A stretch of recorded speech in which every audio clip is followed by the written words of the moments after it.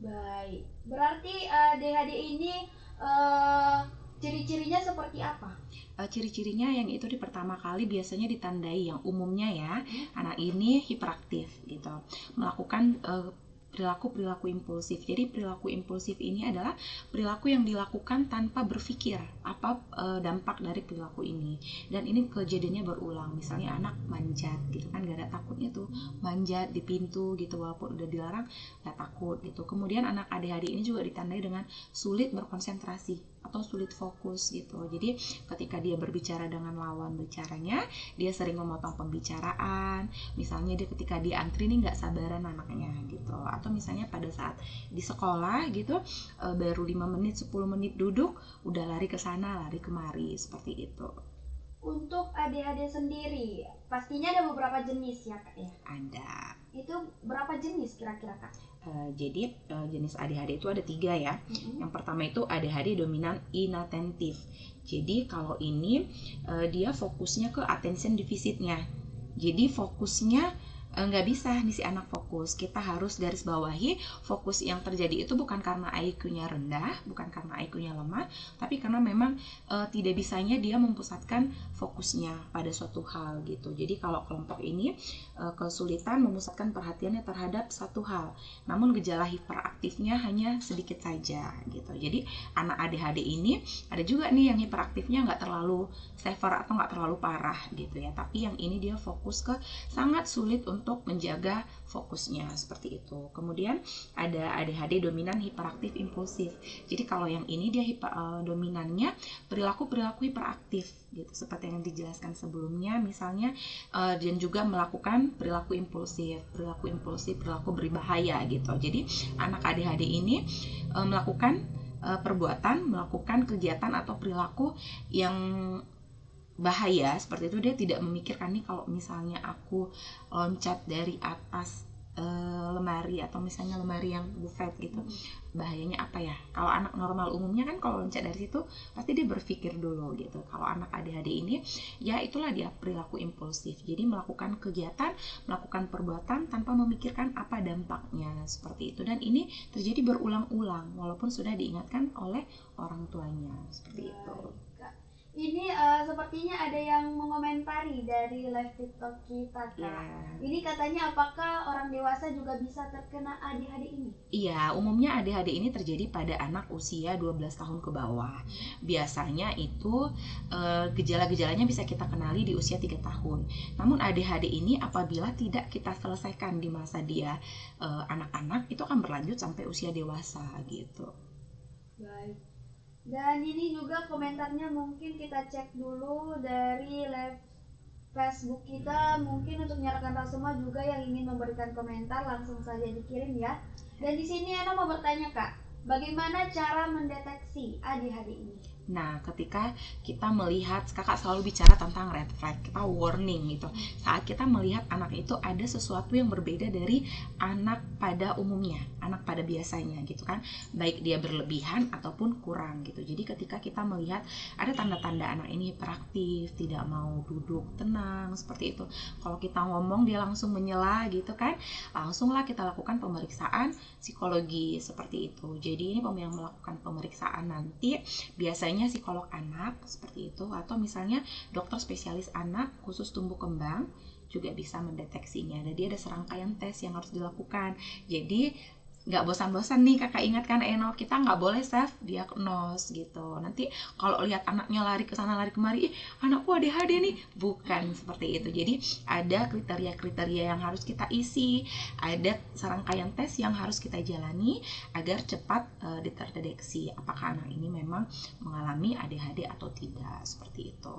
Baik, dari penjelasan kakak ini Eno teringat dengan autisme. Apakah itu ADHD sama dengan autisme? Nah, beberapa minggu yang lalu kita juga udah bahas autisme nih ya. Autisme dan ADHD itu jelas berbeda, tapi ada kemiripan di antara mereka, yaitu mereka sulit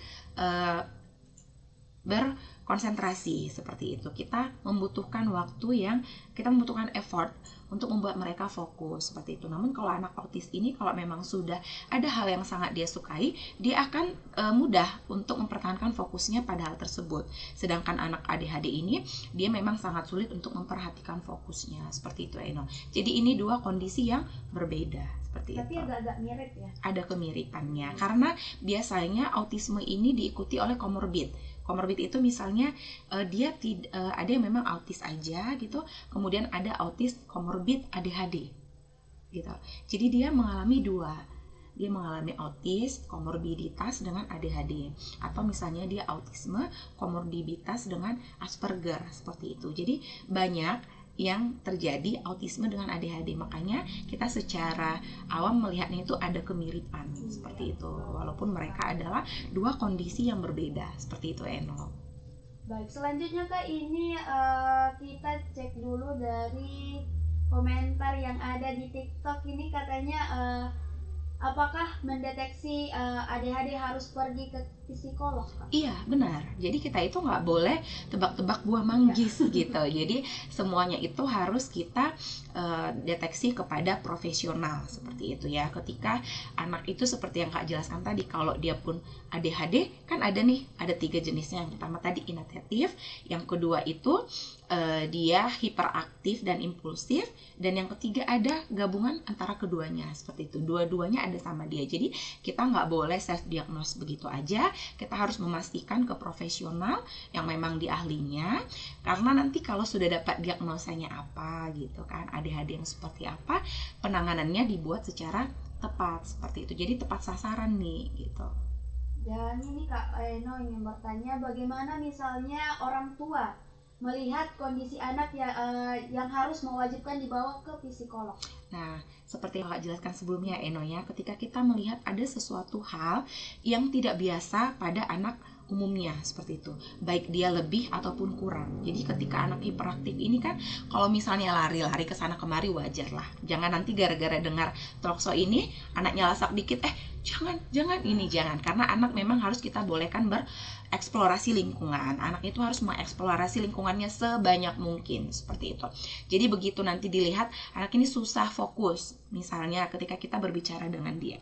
Misalnya kita seperti ini berbicara ya, Eno ya, kita udah berapa menit nih, kita diam di duduk ya kan. Sementara kalau pada anak ADHD itu dia nggak bisa duduk diam seperti ini, fokus sama satu tugas nggak bisa.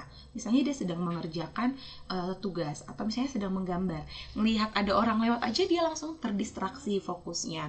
Dengar suara klakson aja dia langsung terdistraksi, dan dia tidak bisa melanjutkan kegiatan dia sebelumnya itu. Atau misalnya sambil duduk itu dia meraih sesuatu seperti itu, dia susah duduk seperti itu. Atau kita suruh, kemudian sering tantrum gitu ya, tantrumnya berlebihan ketika ya karena memang anak ADHD ini masih kesulitan untuk menyampaikan emosionalnya seperti itu. Apa risiko ADHD jika tidak segera ditangani? Banyak risikonya. Salah satunya yaitu secara dia akan mengalami kesulitan belajar.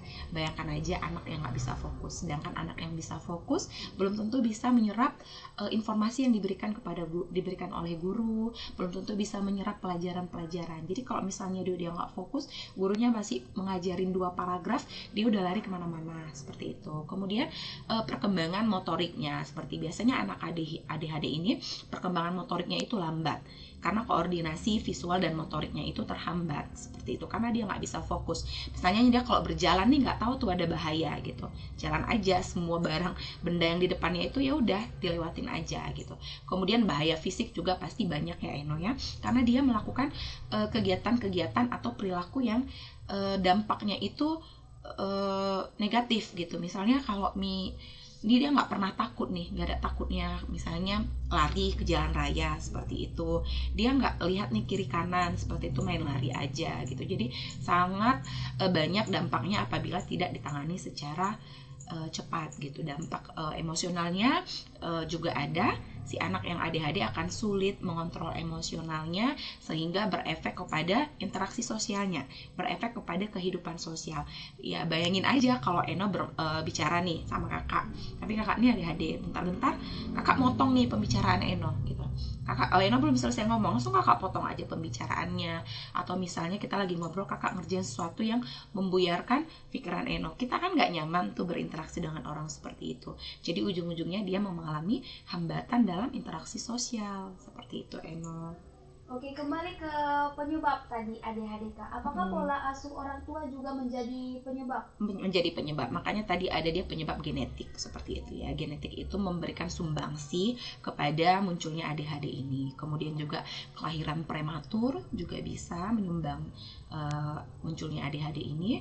Penggunaan zat kimia pada saat ibu mengandung juga bisa seperti itu, dan banyak faktor secara kesehatan gitu. Secara lingkungan, pola asuh juga bisa menyebabkan gangguan fokus pada anak, yaitu anak kurang diperhatikan seperti itu. Kemudian lagi-lagi nih penggunaan gadget yang terlalu lama juga bisa merusak radiasinya kan nih belum kuat nih sama anak-anak. Makanya selalu kita bilang anak di bawah usia 2 tahun itu tidak boleh terpapar oleh gadget.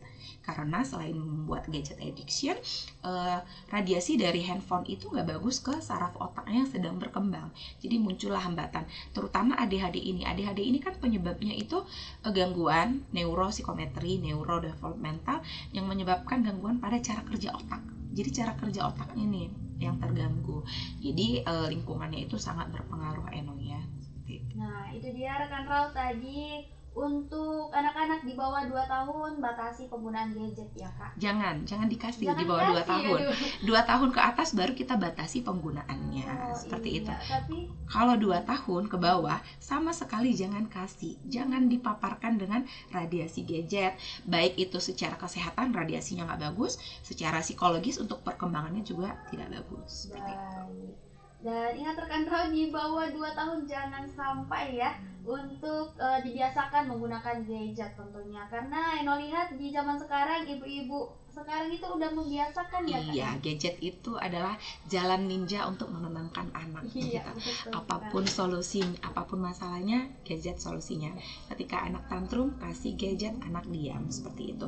Memang sekarang menjadi hal yang mudah buat kita, tapi nanti di masa yang akan datang kita yang repot gitu. Dan kalau begitu boleh dikasih tips-tipsnya Kak? Boleh. Jadi kalau untuk anak itu secara lingkungan itu kan kita penuh perhatiannya pada anak gitu ya. Ketika kita melarang pemberian gadget kepada anak gitu, harusnya kita melakukan aktivitas yang menyenangkan untuk anak. Jangan kita larang anak main gadget tapi kita nggak menyediakan fasilitas permainan untuk anak. Permainan itu seperti yang kakak sampaikan sebelum-sebelumnya di talkshow kita, nggak harus permainan mewah. Karena permainan terbaik adalah tubuh orang tua, seperti itu. Interaksi dengan anak itu sangat diperlukan, seperti itu, mulai anak dari dalam kandungan, bahkan daripada saat dia lahir walaupun belum ngerti, kita ajak mengobrol, kita berikan stimulasi. Ketika menyusui, pandangan kita ke anak, kita juga seorang ibu ketika kita melakukan kontak mata dengan anak itu bisa meningkatkan fokus anak sejak dari bayi. Jangan karena kita menyusui tapi kita juga scroll handphone gitu. Jadi kan sayang gitu momennya kan hanya sekali seumur hidup untuk anak, dan di situ memang terjadinya bonding antara orang tua dan anak. Insya Allah kalau orang tua rajin bermain dengan anak, rajin berinteraksi dengan anak, faktor-faktor lingkungan yang menyebabkan terjadinya maladaptif ini atau pengaruh negatif ini insya Allah bisa dihindarkan, kecuali memang genetik gitu ya Enonya. Kalau genetik ini kan memang harus melalui penanganan dokter. Jadi ini nanti ke psikiater, dikasih obat-obat penenang kepada si anak. Itu kalau sudah melalui terapi psikologi nggak bisa gitu kan, terpaksa kita penanganannya dengan obat, seperti itu Eno. Jadi kuncinya itu interaksi dengan anak harus selalu ada. Berikan waktu untuk anak. Bukan berarti kita harus 24 jam bersama anak Eno, tapi kita berikan waktu berkualitas untuk anak. Berikan stimulasi-stimulasi yang membantu perkembangan psikososial si anak, seperti itu, yang membantu perkembangan fisik. Baik. berbicara tentang peran orang tua tadi Kak, apakah harus seimbang antara ayah dan ibu? Iya Eno, jadi untuk pengasuhan itu nggak boleh satu ya sebenarnya gitu. Makanya sebenarnya kalau misalnya gitu ada penyampaian tentang parenting gitu, saya selalu mengatakan ini kalau bisa sih ayah sama ibunya barengan gitu, karena nanti jadi muncul salah persepsi seperti itu, karena memang ayah dan ibu itu sama untuk kehadirannya itu sama-sama berpengaruh kepada si anak seperti itu. Nggak bisa kita bilang harus ibunya aja, harus ayahnya aja gitu. Tapi ketika ayahnya tidak ada seperti itu kan, misalnya sudah meninggal atau di luar kota, kan masih banyak yang bisa dilakukan gitu. Misalnya kita seorang ibu ini melakukan aktivitas fisik yang biasanya dilakukan oleh ayah, misalnya main kuda-kudaan gitu. Pasti ada solusinya. Jangan kita langsung mikir kok nggak punya suami sih, jadi pengasuhannya gimana dong? Enggak, pasti kita cari nih, kita lihat sesuai kebutuhan anak, apa nih yang harus kita lakukan gitu. Makanya kita nggak boleh self diagnose, kita nggak boleh diagnosa sendiri, buka Google, oh ini ciri-cirinya ya, oh ini anakku, kayaknya anakku seperti ini, terakhirnya overthinking gitu. Jadi harus melalui profesional seperti itu. Kembali lagi di 105 Raw FM, nyaman dan bersahaja dalam jangkauan, dan rekan Raw Eno bersama Kak Tia kembali menyapa ruang dengar Anda. Dan tadi sudah kita bahas beberapa hal mengenai ADHD pada anak ya. Dan kita sudah juga memasuki sesi terakhir dalam bincang psikologi di malam ini. Dan Eno juga ingin menyampaikan untuk rekan Raw semua yang mungkin ingin bertanya ataupun memberikan komentar, langsung saja kirimkan ke nomor 082299996105. Boleh dari via SMS ataupun dari via chat WhatsApp ya. Oke, selanjutnya ini Eno mau tanyakan tentang penanganan ADHD ini. Ya, penanganan ADHD ini Eno ada dua ya. Yang pertama itu penanganan secara medis oleh psikiater, dokter kesehatan, dokter jiwa ya. Jadi ini nanti anak dikasih berupa pengobatan, dia terapi obat seperti itu, obat yang untuk menurunkan hiperaktifnya atau menekan depresi atau kecemasan yang terjadi pada anak ADHD ini. Kemudian penanganan secara psikologis itu harus diterapi. Jadi ada jenis terapi dalam psikologi ini, banyak terapi, khususnya anak dengan ADHD harus kita terapi perilaku. Bisa juga diterapi dengan CBT, namanya Cognitive Behavior Therapy, seperti itu. Dan nanti terapi ini akan disesuaikan dengan kebutuhan anak, dan ketika hasil tesnya sudah keluar kan muncul nih diagnosanya. Dari diagnosanya itu apakah dia yang ADHD yang pertama inatitatif, atau yang hiperaktif sama impulsif, atau gabungan yang keduanya. Dari situ bisa kita simpulkan apa nih jenis terapi yang akan kita berikan kepada si anak agar penanganannya tepat sasaran. Seperti itu, Eno. Baik. Ini ada pertanyaan yang sudah masuk Kak tentang ada Indah di Kayombun. Katanya bagaimana cara menjalani tes ADHD? Nah, untuk menjalani tes untuk mendeteksi ADHD ini dilakukan oleh psikolog atau psikolog anak, ataupun nanti misalnya asisten psikolog anaknya melakukan tes, tapi untuk hasilnya itu dikeluarkan oleh psikolog anaknya. Bisa berkonsultasi ke profesional seperti itu. Mungkin kalau misalnya Indah mau berkonsultasi gitu, boleh ke daycare kita, itu ada di Jalan Tanah Bato nomor 2, atau misalnya nanti boleh di WA dulu gitu, buat janji dulu. Kalau untuk konsultasi, untuk pemasakan tesnya nanti akan kita refer seperti itu. Boleh WA-nya tadi Kak? Boleh di 0813 6194 8878. Oke, rekan-rekan untuk konsultasi di WA-nya di 081361948878 ya, dicatat baik-baik rekan-rekan. Oke, selanjutnya Kak, ini kita sudah memasuki sesi terakhir dan juga waktu sudah mendekati formasi pukul 21. Selanjutnya ini Kakak berikan closing statement kita untuk tema di malam ini. Jadi Eno, ADHD ini adalah gangguan seperti itu, gangguan neurodevelopmental, gangguan mental yang akan mempengaruhi aktivitas anak sehari-hari, yang akan mempengaruhi fungsi sosial anak, baik itu di dunia belajar ataupun di lingkungan.